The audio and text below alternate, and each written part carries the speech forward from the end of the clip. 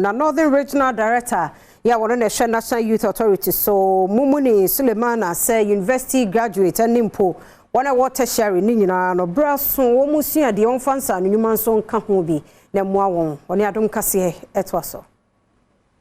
Etifidomante National Youth Authority penyimpa ene Mumuni Sulemana one Adom Kasee etwetwe nkomo wo bra wo ye nkyerkyere ama adesuafo a wo University of Development Studies Nyankpala campus ene odi tu dwese adesuafo ni bi wo hono mu a ohunu se enwumasua nko a na bema wo mo adrechire nanso osuansa no adwuma ntete ya ebetimi aboa wo mo pa esenti ema wo mfa wani enko enwumasua wo sua no nko anso wo mpa akoniasa wodo a obetimi ade bi wo mo akasa adwuma ya obefiri sukuu mu no na wo adwuma bi a wo ye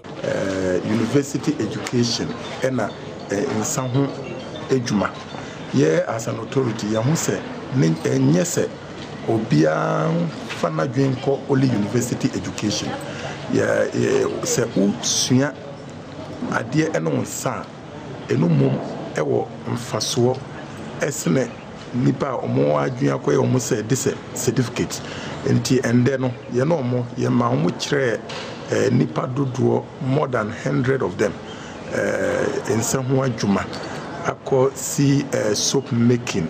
and a satellite dish installation and this 3D exposing and how to use that as an additional skill in whatever they are doing.